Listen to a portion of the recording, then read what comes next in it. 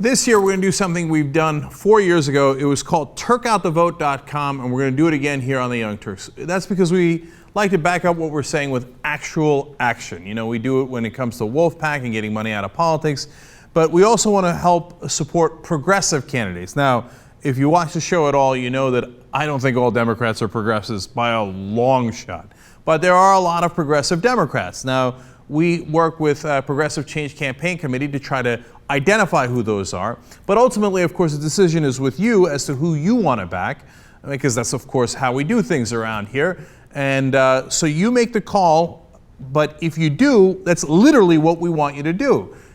Overall, it's called Call Out the Vote for PCCC. For us, it's TurkOutTheVote.com, and you go and you find a list of Democratic progressives we believe. And again, you make your decision on who you think is a real progressive. Elizabeth Warren in Massachusetts, Sherrod Brown in Ohio, Tammy Baldwin in Wisconsin, Sheldon Whitehouse in Rhode Island. Those are all on the Senate side. On the congressional side, you've got Alan Grayson, Carol Shea Porter, Annie Custer, the person who's actually running against Paul Ryan. Yes, he's actually running for Congress at the same time. That's Rob Zurbon. I've interviewed him. And in fact, one of those people is joining us now, Congressman Alan Grayson, running for Congress again. And Congressman Grayson, thank you for joining us on the Young Turks. Yes, thanks. Thanks a lot for having me. Now, before we get to the calls that people make, you know, you told me a story before when we were not on air about why you're running for Congress again. And I actually thought it was a really powerful story because I was a little skeptical about, like, God, you know, money in politics is so bad. What can you even get done in Congress?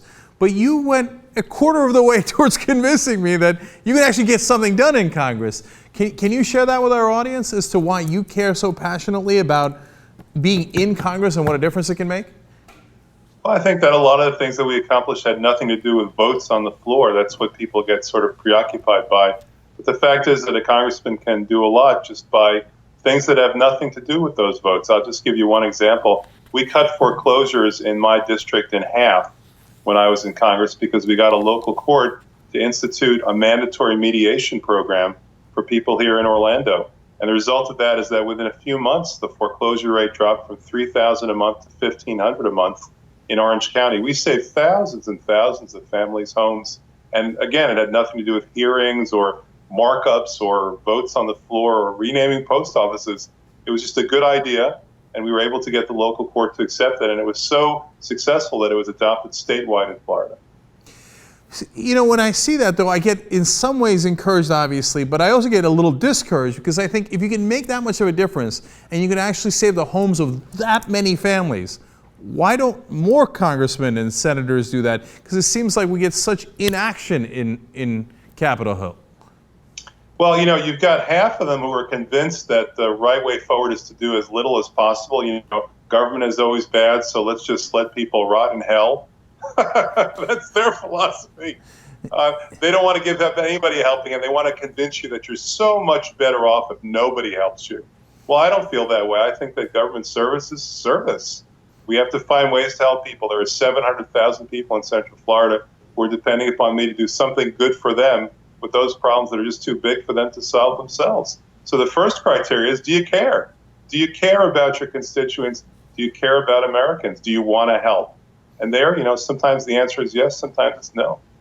So we have an irony here as well because, you know, you're considered by a lot as the lion of the progressives. You get targeted by the conservatives because of that, whether it's the money that pours into your opponents' campaigns, et cetera.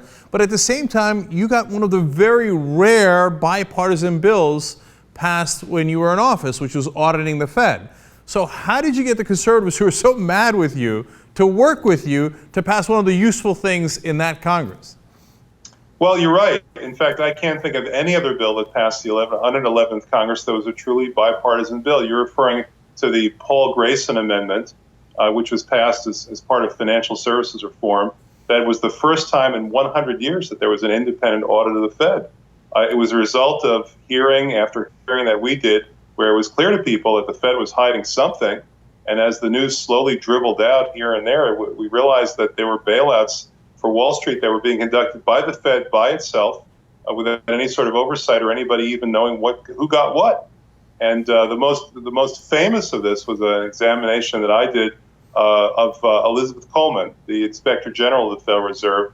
Over 5 million people have seen that on YouTube. It is the most watched congressional video in history. I asked her a simple question. The Fed's handed out $1 trillion in the last 18 months. Who's got the money? And here she was, the Federal Reserve's Inspector General. She didn't know.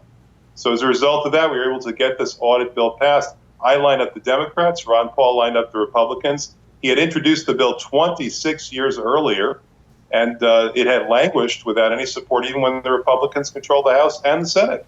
But thanks to my being able to line up 130 Democratic co-sponsors, the bill finally got moved. We got it through a hearing. We got it through a markup. We got it through a vote on the floor, and then even a conference between the House and the Senate. It still survived. The Fed was opposed to it. The White House was opposed to it. Frankly, a lot of the Democratic leadership was opposed to it too, but it didn't make any difference because it was an idea whose time had come. And as a result of that, the audit took place. We found out that there were $26 trillion in Fed secret bailouts. That's almost $100,000 for every man, woman, and child in this country. And now we know finally who got the money. See, this is why we do Turk Out the Vote with PCCC, because, you know, I don't want people to get despondent. There are good congressmen and senators in the country. You know, anybody who watches the show knows that I'm a little discouraged with the majority of them. But there are good folks trying to fight for real change here. And the calls for Congressman Grayson start Tuesday, October 9th. So what you do is you go to turkoutthevote.com, and it'll have a really easy sheet for you to make those calls. You just check whichever time slot you'd like, 11 a.m. to 1 p.m., 2 to 4, 6 to 8. Last time around when they did Call Out the Vote, I believe they had over 1 million calls. So the Republicans have the huge advantage of money, but we have the advantage of people. And if we put our time into it for people we believe in, and whoever that might be for you, well then, you know, you could balance the odds a little bit. And Congressman Grayson, if they call for you, what would you like them to say? Well, I'd like them to say that they want to see a government of the people, by the people, and for the people. They want to see a government that actually responds and does good things for people, protects the things that you pay for with every paycheck, like Social Security and so on. But let me just speak more generally about this. This is extremely important. It's just what you say. It's the only answer that we have to the Koch brothers, the only answer that we have to Karl Rove, and it's a very effective one. Many studies have shown that the most persuasive thing that anybody ever hears during an election is not a 30-second ad on TV. It's not a 60-second ad on the radio. It's not a robocall. It's not a piece of mail that arrives in their in their box. No, it's a phone call from a living, breathing human being who wants to talk to them and share their insights and thoughts about how to make the world a better place. And that's what actually changed people's minds. In our case, over 200,000 calls were made in the last election cycle, many calls in the cycle before that, and it really, really makes a difference. I can tell you that it's the only way that we can try to even things up. It's our people power. That's what this calling system is. And it's something that anybody can do anytime. That's the beauty of it. You know, you may not have $1 million to give to a political campaign like some people do, but you have your voice, and your voice should be heard. Absolutely. It's old school people power. I made calls last time around, and I'm going to make calls this time around as well. And if you find people on the list that you like and you think are true progressives, this is one way to fight back. TurkOutTheVote.com. And Congressman Alan Grayson from Florida, thank you so much for joining us. Thank you, too.